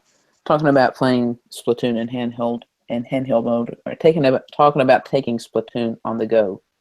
Do you think that Splatoon, because Nintendo is selling this console as home console and portable, do you think Splatoon is even worth considering as a handheld or portable game? Totally. I mean, when you leave your As- house, there's no Wi-Fi connection, so I mean, you've got single player. But you also have friends with it's direct Wi-Fi, right? Right. So you could have. I see it taking off for school kids that all have Switches, or for, you know what I mean, those kinds of scenarios. Your average adult with a busy life, no, will never. I'll never play Splatoon outside of the house. I think local multiplayer will have a better life on the Switch, especially with this for Splatoon, because I never ever used it because you couldn't have. You could maybe. Could you even do two Wii U gamepads for Splatoon? No. I mean, very rarely anyone would ever have the opportunity to. Did you guys play that one-on-one mode? Is that the one you're talking about that was in Splatoon? Yeah, the Battle Dojo or whatever. Oh yeah. Or yeah, so that was, first of all, it's not just me, right? The frame rate on that was terrible. Like, it seemed, maybe it was just cut down to 30, but it seemed like it was even slower than that. I don't think I ever played it. Oh, if you ever fire it up with two people and try it out, you'll notice it is chunkier and hitchier, and it doesn't run anywhere near as buttery smooth as the real game does. It's weird, and you have to I didn't do the weird setup. I don't think you even can with the Pro controller. You just have to use sticks. Yep. So that's the biggest hindrance there. Yeah, that immediately, once you've gotten used to the motion controls. Sorry, go ahead, Jay. I was just saying sticks. That just ruins the experience. Yeah, it turns it into every other console shooter that I hate. Yeah, that's the kind of motion control that I like. Is I think I've found that I only really love motion control when it's used for aiming. If it's Splatoon or if it's Zelda, I like that, Or but I don't Metroid want Prime. to. I don't know. I never even really played that with the Wii. I mean, I've got it, but I've never played through it. I played that originally on GameCube. Well, I played 3 because that was Wii, native originally. But yeah, that was a selling point to me for that, again, and I'm sure I brought that up before. Like, to me, growing up on mouse and PC playing, or mouse and keyboard playing Wolfenstein and Doom, console shooters to me were just, I laughed at them. They're just, are you kidding me? Like Yeah, just it wasn't as comfortable or as smooth to play. yeah, just two sticks is like that's immediately an inferior solution. And then to me, the Wiimote is like, well, Nintendo figured out how to do a console shooter properly. With an Like, nunchuck. well, yeah, sure, and it was still a bit awkward. Yeah, I know, and it's still, the setup was still a bit awkward. But right, overall, I looked at that and was like, hey, like, from coming from a PC side, it's like, wait, I can respect a console shooter that works like this, like that. You know what I mean? Somehow, all of a sudden, I'm holding a something representative of a gun in my hand and aiming with it. That just, you know what I mean? Yeah. That was a game changer for me. So motion control aiming I've always been all about. But yeah, I somehow in Splatoon, and I think we all agree, right? Once you get used to it, and it doesn't take all that long to get used to, really, it really is intuitive. It really is like it responds to the kinds of things that you probably already did with your controller anyway when it wasn't motion control. Maybe. Right? If I you're mean, a real spaz. yeah, sort of, but it's like, oh shit, there's a guy to my right. Yank. You just kind of reflexively yank the controller Yeah. over or whatever. I don't know. It Yeah, it became a nice. real intuitive setup. It's one of those aha moments that was kind of one of the things when it first got announced and they talked about the motion control aiming, I was not a fan of the idea, and then once I tried it, I was like, oh, this really is superior. Oh, you mean in Zelda? No, in Splatoon. Oh, in Splatoon Like, originally. yeah, Okay. when they first talked about that was kind of one of the things that I saw as a drawback when they said that it was going to be primarily motion aiming. Um, I didn't like the idea of it. I said, oh, as long as I can disable it. I think that attitude is prevalent. I think, I think that's the mindset of console shooter types is what's with this motion control BS, and they have flashbacks to Wii bowling and Wii boxing and think this is stupid. And it's, and bringing it back to ARMS, hopefully, I haven't seen a lot of people buy it, but the buzz is still out there, and the motion controls are damn good. I will say that. It's still my preferred method to play it. And I've spent a lot of time on the buttons now, and I still don't feel like I can control the punches and the direction of the punches as well with the stick. It's just not the same. I think Nintendo shoots themselves in the foot by not putting out demos, because that would give you a chance to get acclimated to the control schemes, especially some of these crazy, wacky control schemes that Nintendo is known for. With ARMS, it's like I wasn't very comfortable from the limited interaction I had with a test punch of, feeling really comfortable with the motion control and very quickly didn't get it, got frustrated, switched to the Pro controller and had a decent time with it. But maybe if they would allow you to have a single player demo mode that you could play, I think that might benefit them, especially if they're trying to sell you on this whole motion control thing. Before it came out, or even now that it is out, why not put something out just kind of as a general, tutorial or something that I could play and get acclimated to how the controls are supposed to be, and maybe I would fall in love with it and buy it. Well, like what they did with the Splatoon little Splatfest demo, is they actually give you at least a little tutorial to play through. They give you something to do on your own when the actual Splatfest is going on, or wander that's only around one time, right? Yeah, but there's also wandering around the plaza and posting pictures and that kind of stuff. So at least they're giving you a little more flavor than just, hey, here's an hour of multiplayer. Good luck. Get your ass. You can run and jump, but you still can't shoot. I was surprised they didn't even have an option to go in and like test weapons. Because remember Splatoon 1, you could test any weapon even if you didn't buy it. There's no option to test weapons in this one right now in the Splatfest demo, which would have been helpful to just at least be able to try out some of the different weapons and splatting around. Right, I agree, and I totally agree with what you were saying about ARMS, about the 1 hour demo.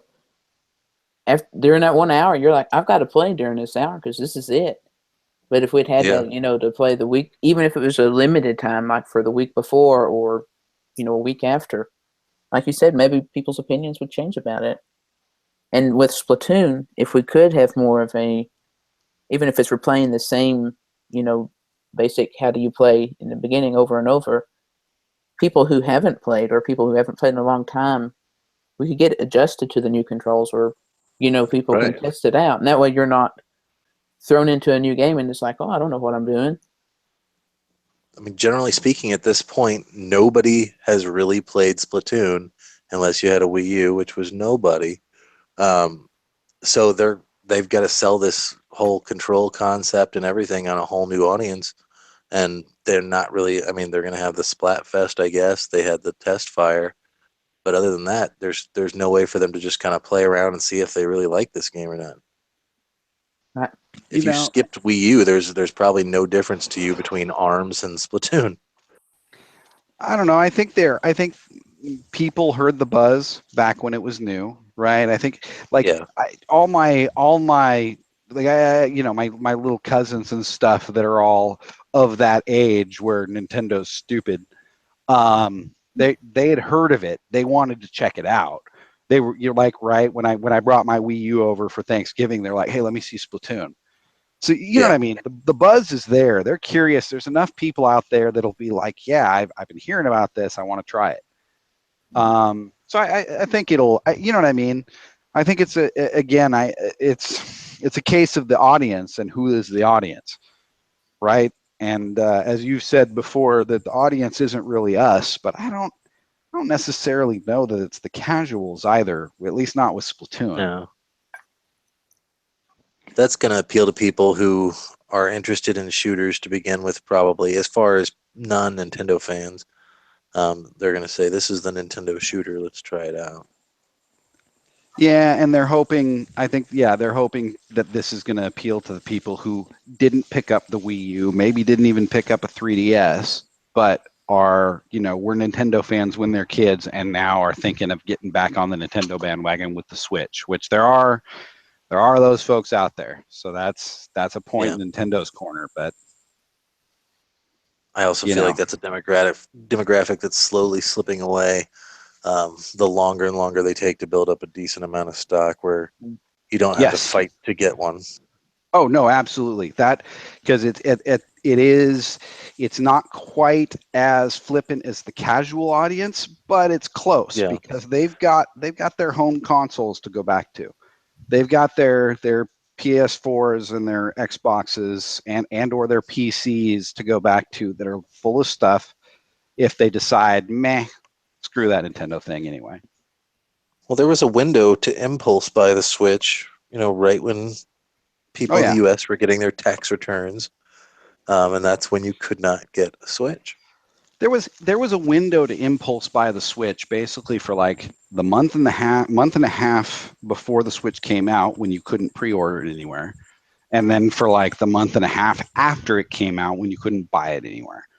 Like that, if they had at just a few key moments during that period dropped a nice big stock load somewhere, you know what I mean? That they would have all sold out. They would have made a ton of money. And they'd still be in their artificial scarcity cycle. I don't know. Seems like they're not playing this quite as well as they could, but that's Nintendo. Hey, I also wanted to briefly touch on, because I felt we missed last week. So there's this game called Zelda, and it dropped some DLC recently. Has anyone spent any time with that yet? What are you talking? What's this game?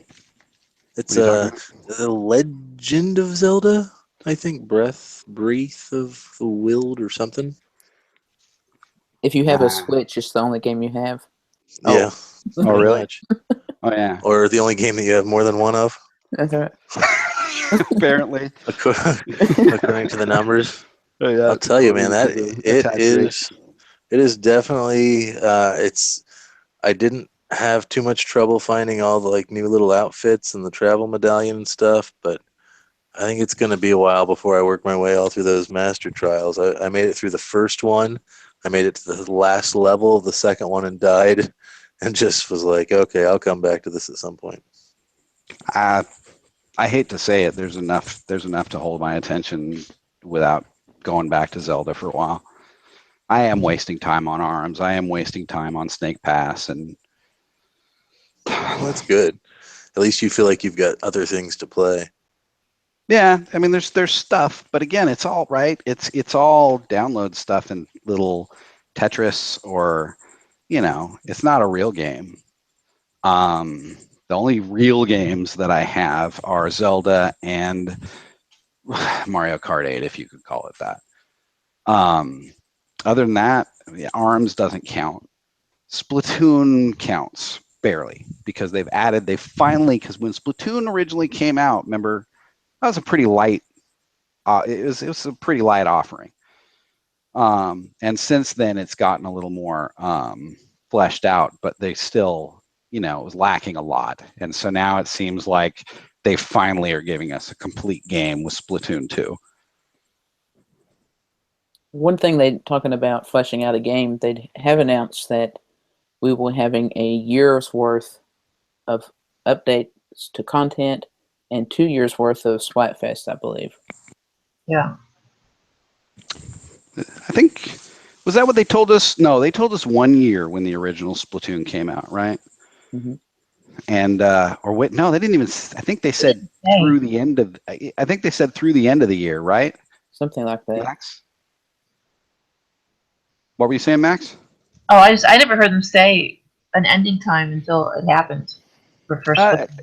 They had said they extended it. That's what I remember. I think Splatoon came out in May or end of May, June-ish, and they said we're going to have content coming out for this for the end through the end of the year, and then they made this big deal out of the fact that at the end of the year it was so popular, we're going to roll out a few more things, and so they kept it going. So I think it was a little over a year that they were rolling out new content for it. Since it's the only game being played on the system, we'll Exactly. keep it alive. Yeah, which was cool. It was nice to do that. I mean, we talk about Nintendo being new to so many concepts. Even DLC really was a new concept until like maybe the 3DS. I remember like Mario Golf had it. I don't know if that was the very first, but once that happened, and then they were like, but they didn't really have any paid DLC. That was the first one time I remember having like paid DLC or any DLC really, was that Mario Golf, and then they had the Smash. But it was nice to be like, hey, they're giving us free DLC. Well, yeah, but here's the thing: is I think Splatoon was an experiment for them because it launched so light.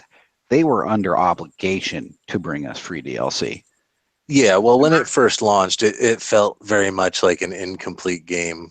Yes, absolutely. Where they could have held it back and delayed it, and then they said, let's just give them this, and then we'll put the rest in. But it was also on disc DLC, a lot of it too, though.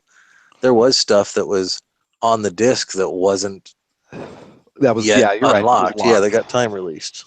Yeah, that's true. That is true. It just seems like, you know what I mean? It seems like they turned their marketing stance from, hey, we're giving, they turned it into, hey, we're giving you free stuff. Well, no, you're not. Not really. You sold me an incomplete game, yeah, or a game with stuff locked behind timers. And so the stuff that is coming out is stuff that either already was there or should have been there in the first place. And so it's cool that you just keep rolling it out, and I don't mind it being rolled out on a schedule like that. It keeps it exciting, it keeps it fresh, but you can't present it to me as you sold me a whole game and now you're giving me a bunch of free DLC, because that's not the way it works anymore, at least not with Splatoon. I think Splatoon 2 is going to be a lot more complete than Splatoon 1 was. It sounds like from what they're selling it is, but then again, maybe some of this stuff is going to still be timer locked when it comes out. We'll have to see. They might do all sorts of weird, crazy things, and we know they've gotten the taste for the microtransactions. That'll be the scary thing, is when they start selling you new guns and outfits. It'll start with cosmetic stuff, and hopefully, knock on wood, hopefully Nintendo keeps it that way. They've tried to be pretty good about that. For a right? company that loves themed outfits like they did with Mario Kart and stuff, I'm surprised that Splatoon has not had any.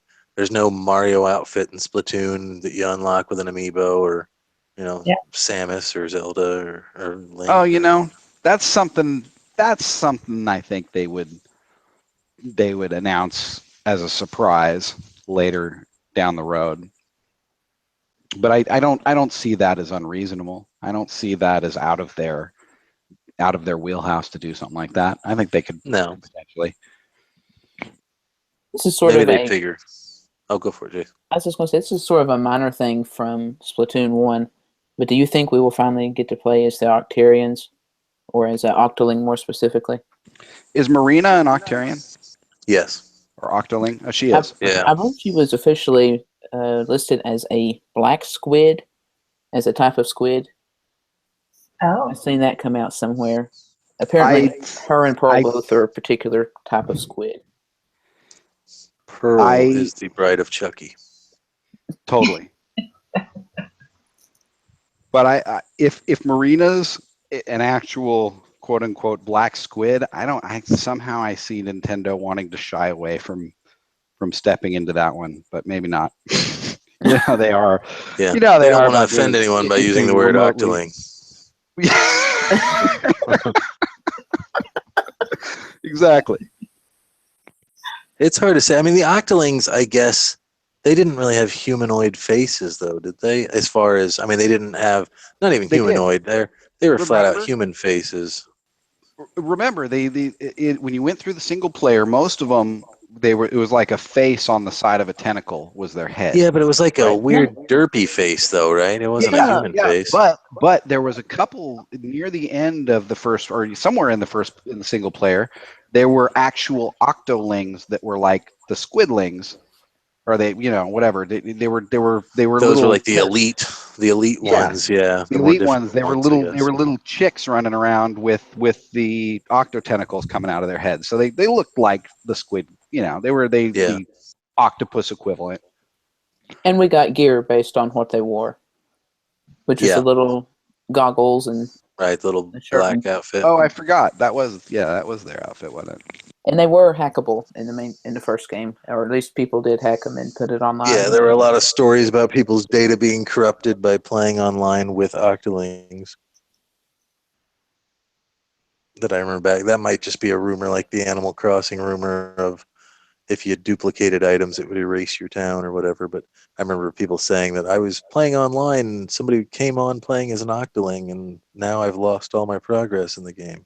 Yeah. I remember hearing that too. To be one of the old schoolyard rumors. It's true. Yeah, I don't know. We got anything else we need to touch on this week?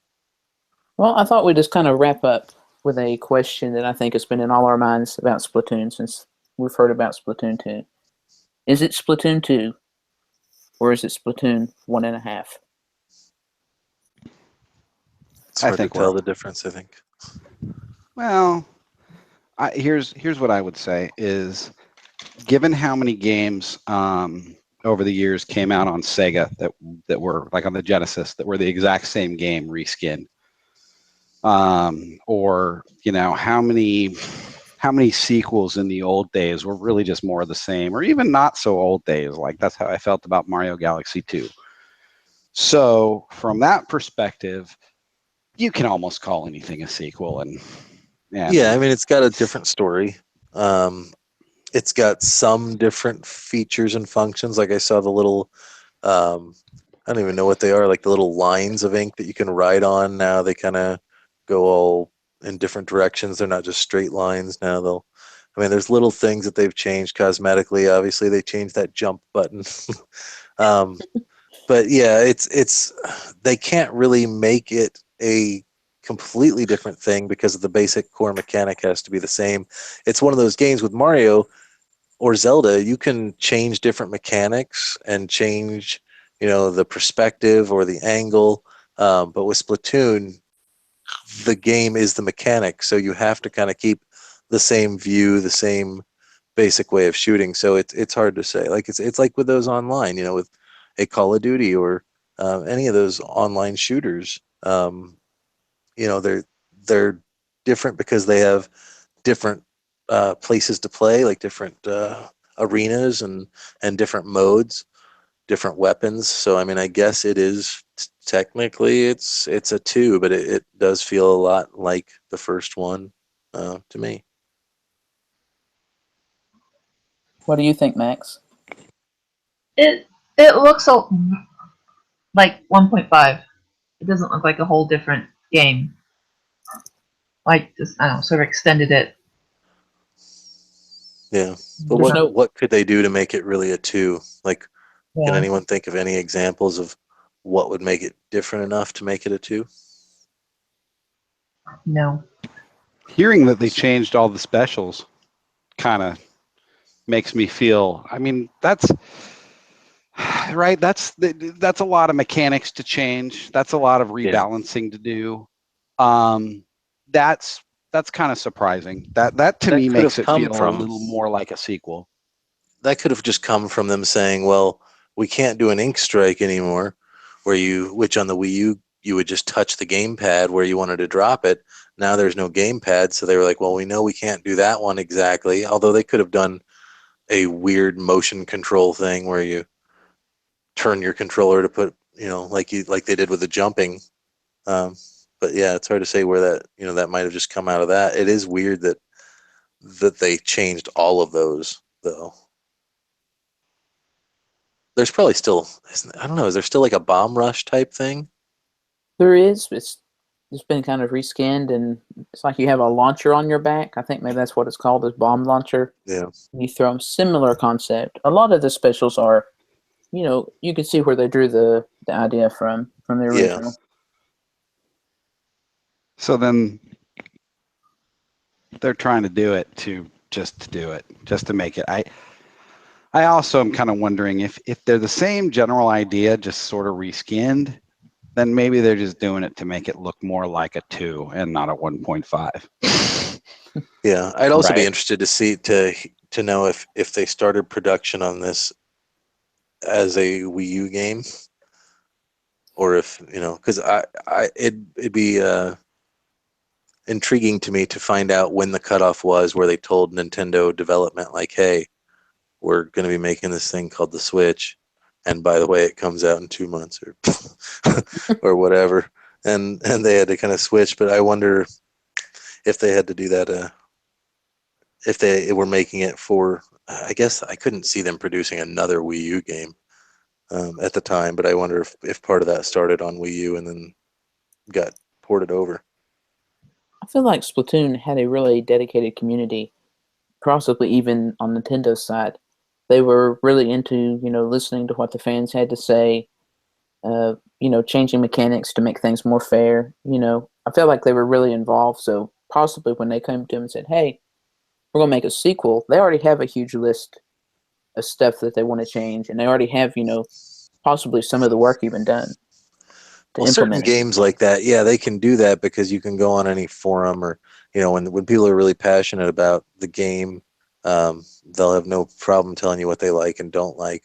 Although there really wasn't, that I can remember, Splatoon, far from being a perfect game, there wasn't a whole lot that you could say like, oh, I really hate this about Splatoon. Like everything was pretty okay. Exactly. I don't feel like they had to really fix anything this time around. But anyway, yeah. Well, since we're kind of wrapping up here, we do have one more announcement up our sleeve. Something that we've been working on for a while now. But if you are listening to us here, you can find us other places online. We are on Stitcher, we are on iTunes, and we are on Twitter. So the links are all in the description. So if you want to give us a holler on those places or give us a listen to, we'd appreciate it. And I guess I want to say thanks for watching, everyone, and I guess we'll see you next week. Have a good one, everybody. Good night.